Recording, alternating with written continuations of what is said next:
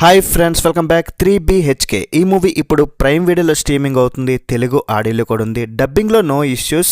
సిద్ధార్థ్ గారు అంటే ఎలాగో ఓన్ వాయిస్ ఉంటుంది కదా. 2 hours 15 minutes ఉంది. ఇది complete you certificate film. Me family అంతా కలిసి హ్యాపీగా చూడొచ్చు. అడల్ట్ కంటెంట్ ఎక్కడా లేదు. మరి మూవీ చూశాక నాకైతే నచ్చింది భయ్య. మంచి సినిమా, అందరూ చూడాల్సిన సినిమా. కొన్ని సినిమాలు జీవితానికి దగ్గరగా ఉంటాయి, చాలా న్యాచురల్గా రియలిస్టిక్గా బాగా తీసిరనిపించింది. అలాగని ఎమోషన్ ఓవర్ ద టాప్ వెళ్ళిపోకుండా జస్ట్ ఆ ఎమోషన్ని కొంచెం సాఫ్ట్ కార్నర్లో చూపిస్తూ, ముఖ్యంగా మిడిల్ క్లాస్ ఫ్యామిలీస్ వాళ్ళ కష్టాలు, ఇల్లు గురించి పడే తపన, ఇవన్నిటికీ నేను బాగానే కనెక్ట్ అయ్యాను. ఇందులో ఉండే కష్టాలు ప్రతి ఇంట్లో కూడా ఉంటాయి. మా ఇంట్లో కూడా ఉన్నాయి అనుకోండి. కొన్ని సీన్స్ దగ్గర అయితే అరే నాకు ఇలాగే జరిగింది అనుకున్నా. ఇలాంటి సినిమాలు ఎక్కువగా థియేటర్స్లో చూడాలంటే ఇంట్రెస్ట్ కొంచెం తక్కువ ఉంటుంది. ఓటీటీలోకి వచ్చేసింది కాబట్టి ఒకసారి అయితే అలా చూడండి, ట్రై చేయండి. మంచి మూవీని అయితే మిస్ చేసుకోవద్దు. ఫ్యామిలీ ఆడియన్స్కి ఈ మూవీ నచ్చుతుంది. మీరు మిడిల్ క్లాస్ ఫ్యామిలీలో ఉంటే ఇల్లు కట్టుకోవాలని ఏ మనిషికి ఉండదు చెప్పండి. ఎవరికి డ్రీమ్ ఉండదు. అదే పాయింట్ని లాస్ట్ వరకు బాగానే తీసుకెళ్లారు. నెల అయ్యేసరికి రెంట్ కట్టాలి, ఈఎంఐలు కట్టాలి, చదువుకి డబ్బులు పెట్టాలి, పిల్లల్ని బాగా చూసుకోవాలి అని ఏ పేరెంట్స్కైనా ఉంటుంది.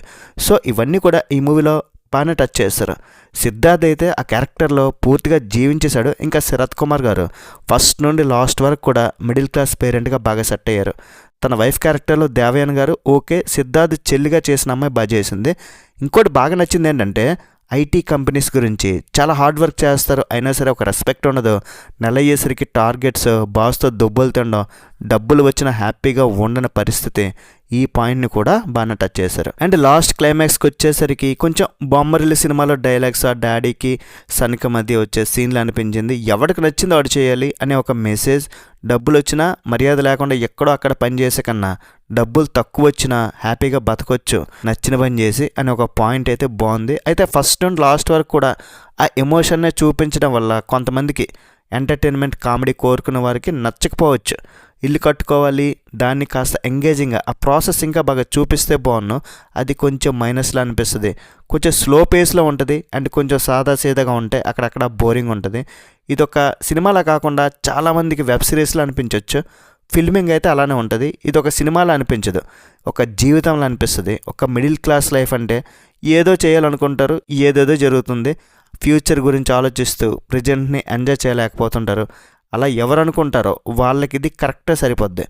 మాటలు ఎవరు రాశారు కానీ చాలా బాగా రాశారు. హీరోకి ఎలివేషన్స్ లేవు, ఐటెమ్ సాంగ్స్ లేవు, పెద్ద పెద్ద డైలాగ్స్ వినిపించావు.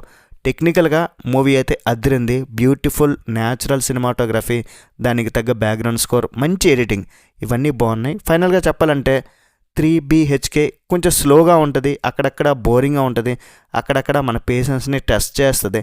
అయినా సరే మనసు పెట్టి తీసిన నిజాయితీ గల ఒక మంచి స్టోరీ ఉన్న మూవీ. వీలుంటే ఆదరించండి, మీ ఇష్టం. ఇంకా మరి ఓవరాల్గా రేటింగ్ ఎంత ఇస్తానంటే 3.25 out of 5.